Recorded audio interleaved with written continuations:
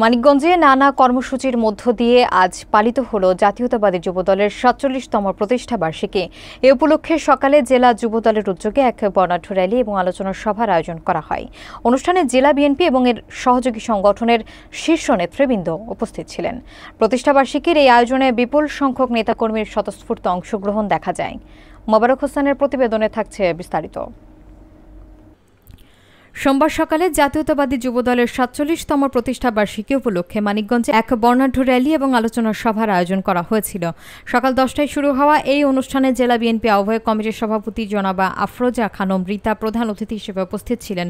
এছাড়া বিশেষ অতিথি ছিলেন জেলা কৃষক দলের সভাপতি গোলাম কিবরিয়া সাইদ, জেলা ছাত্র দলের সভাপতি আব্দুল খালেক শুভ, জেলা যুবদলের আহ্বায়ক কাজী মুস্তাফা হোসেন দীপু, জেলা যুবদলের যুগ্ম আহ্বায়ক মাসুদ রানা, জেলা যুবদলের সদস্য আব্দুল আহাদ লিটন, প্রেসিডেন্ট তুহিনুর রহমান তুহিন এবং জিয়া আহমেদ কোভিদ সহ অন্যান্য নেতৃবৃন্দ।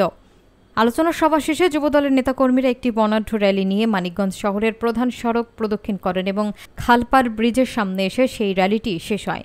প্রতিষ্ঠা বার্ষিকীর এই কর্মসূচিতে যুবদলের পাশাপাশি বিএনপি এবং এর অন্যান্য অঙ্গ সংগঠনের নেতাকর্মীরাও যোগ দেন।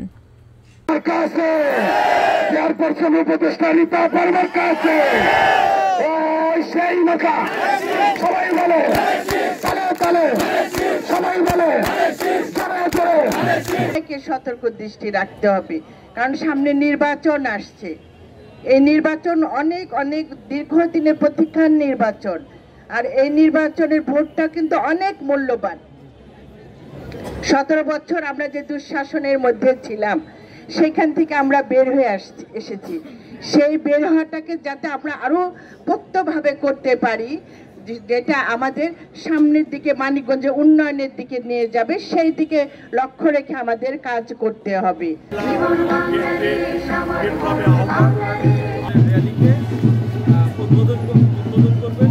সারা বাংলাদেশে যেভাবে বর্ণাঢ্য র্যালি হবে, মানিকগঞ্জ একইভাবে র্যালি হবে।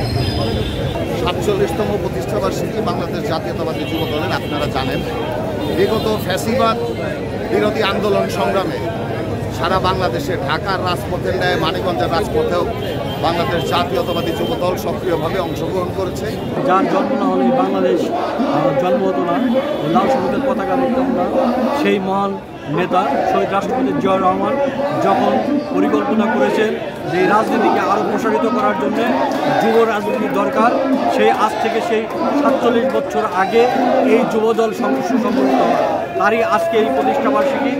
আজকের আমাদের মূল স্লোগান যে আগামী নির্বাচন, সেই নির্বাচনে আমাদের প্রার্থী জননেত্রী জনাব আফরোজা খানম রিতা আপার পক্ষে ধানের শেষে সকলেই ভোট দেন, এই অঙ্গীকারে আজকে আমরা যুবদলের প্রতিষ্ঠা বার্ষিকী উদযাপন করি।